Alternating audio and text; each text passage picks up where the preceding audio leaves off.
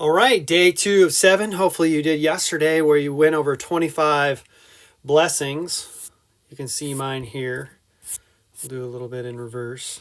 Day 1, I'm so happy and grateful for sunshine after a week's rain and clouds. Sunshine came out. Dog days coming up at a local zoo that I go to. My mechanical pencils, I switched to mechanical pencils. I actually got them for a gift, so I'm trying them out. They're more stylish. Endless ideas flowing to me. Number 4.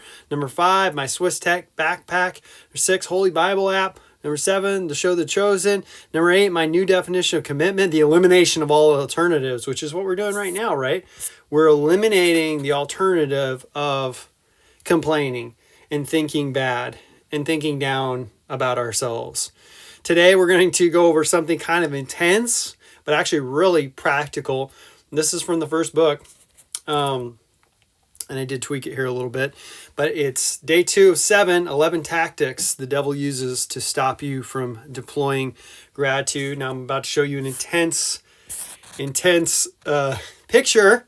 I don't like looking at it, but I need you to get the point across. We're going to go over 11 tactics the devil uses. In book number 1 of my gratitude trilogy, I compiled a list of the 11 tactics the devil uses to keep you snacking on fear and away from God's gift of gratitude. As I list them, pay close attention to the ones that stand out to you the most, although I believe you'll relate to them all as I have. Note, these tactics still apply even if you don't believe in the devil. So you don't have to believe in the hell, devil, or anything like that. But you're going to find value in what I'm about to say. So the 11 tactics. Number 1, he would flood your mind with the virus called not enough, constantly reminding you of what you don't have. He would whisper, you should be further along. That's not enough to celebrate. You don't have what they have. He would keep you in a state of comparing, resenting, and chasing your tail. Number 2, he would keep you busy, distracted, and tired. He would keep you busy, distracted, and tired. How many people do you know that are busy trying to get things done? He would overload your calendar, flood your notifications, and numb you with screens, especially short form content that destroys your attention span. Why? Because stillness breeds awareness, and awareness births gratitude and a connection with God. Stillness leads to awareness, which leads to gratitude. So he'd do everything he could to keep you too exhausted to feel thankful. Number 3, the third tactic, he would normalize complaining. He would make it feel like bonding. Have you ever complained with a coworker, maybe an employee, maybe a parent, maybe a sibling, anybody, you're complaining and it sort of feels like you're bonding, it sort of feels good. He destroy you by surrounding you with people who always gossip, whine, and find problems. So every time you try to rise, including presenting a solution, you'd feel weird for being positive and proactive. So it actually feels odd within you for you to be the one who's thinking up, thinking positive, thinking about solutions.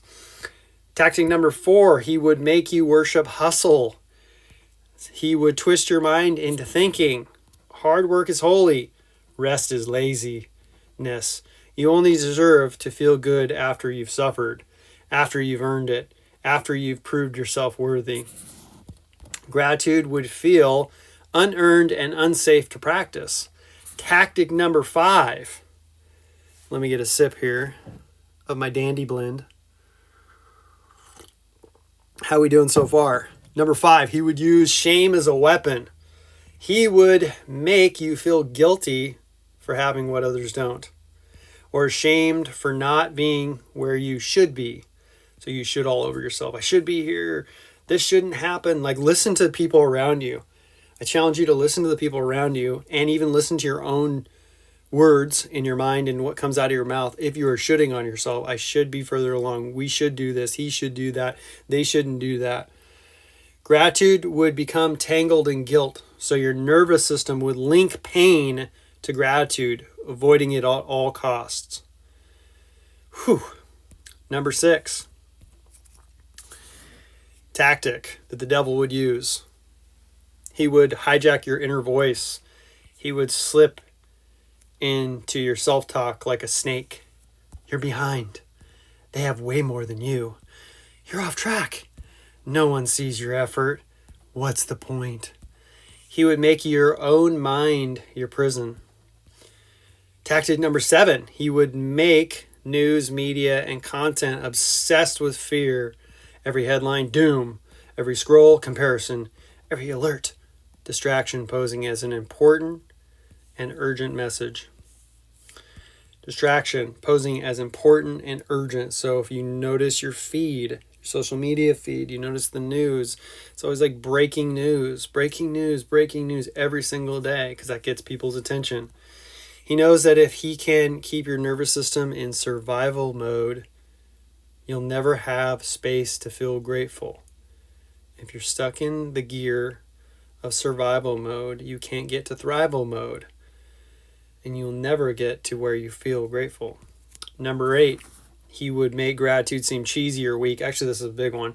He would roll his eyes at it, call it toxic positivity. He would mock anyone who expresses joy or gratitude. If he can make it uncool to care, you'll harden your heart. Tactic number 9, he would train your nervous system to expect chaos. He would train your nervous system to expect chaos. This is a big one. So even when things are going well, you'd feel uneasy. You wouldn't be able to trust or tolerate peace for long, or even success. You'd remain addicted to stress and tension. And worst case scenario thinking would be your normal. What if this bad thing happens? What if that bad thing happens? So I want you to listen to other people around you too. Are they worst case scenario thinkers? Now, there's a time and place where you see things as they are, but not worse than they are.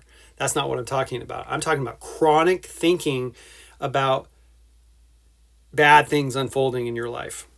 Gratitude becomes out of reach. You're too busy bracing for the fall, walking on eggshells, waiting for the shoe to drop. And the feeling of impending doom invades your every waking moment. I know someone who's actually a multi-millionaire, and she still expresses that she has this constant feeling of impending doom. Number 10, the devil tactic. He would convince you it's realistic to focus on what's wrong. He'd make gratitude seem dumb, weak, and naive. He'd use logic as a cage and make you proud of your pessimism. I'm just being practical. I'm not negative. I'm prepared. Prepared for what? Misery, turmoil, suffering on repeat. Number 11 tactic, and this is the last one, and this is the most important. He'd sever your connection to God. Doesn't want you to be connected to God. This is his most important checkmate move, because real gratitude is a direct line to God. It dissolves the illusion of separation. So the devil would fill you with doubt, shame, trauma, ego, anything to make you forget that you're already held by God, already seen, already blessed, already enough, already on track. You are loved and loved beyond measure. Let's see, the bottom line here is the devil and his many minions wouldn't waste time stealing your stuff. They just steal your peace and your thankfulness. Because if they can dim your gratitude, they can dim your glow and delay your destiny. And that would make them extremely happy. Abundance thinking. You can change these, you can alter these. These are just examples, but gratitude is my rebellion against the devil's tactics. My radiance, my return to power. I see what I have. I have a lot already, and I'm bursting with abundance. Imagine yourself bursting with abundance. Boom! You walk into a room, some people feel you're bursting. I celebrate it all. I multiply it. I steward my riches wisely. I graciously receive. Thank you, God. Number 3, somehow I figured out how to highlight stuff. No force can steal what I choose to praise. What I appreciates. New questions you can ask. So, in the first book of the trilogy, I gave you new questions to pose to your mind that you may have never posed before. Why is it so easy for me to spot God's miracles in every moment? And how did I become a magnet for blessings just by being grateful? Here's a power metaphor. And then in the book, I also give you metaphors so you can grasp what gratitude is like or is. Gratitude is spiritual night vision. While the world stumbles in the dark, falling for the devil's tactics, grasping, fearing, chasing, you see the gold already glowing beneath your feet. Journal prompt for today. What daily distractions, including people or beliefs, have tried to rob me of my thankfulness? And what would shift if I reclaim gratitude as my default setting? Let's read it again.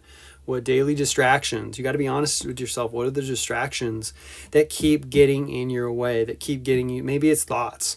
You think that you're not good enough. You think that you're a loser. You think that you'll never make it. That's a big one with high achievers. I'll never make it. Or when they do make it, it's not good enough. That wasn't it, so I need to do another thing. It's just this endless loop. What daily distractions, including people or beliefs, have tried to rob me of my thankfulness? And what would shift if I reclaim gratitude as my default setting? So go ahead and go do your journal prompt. I'll do it as well. Love you. Bye.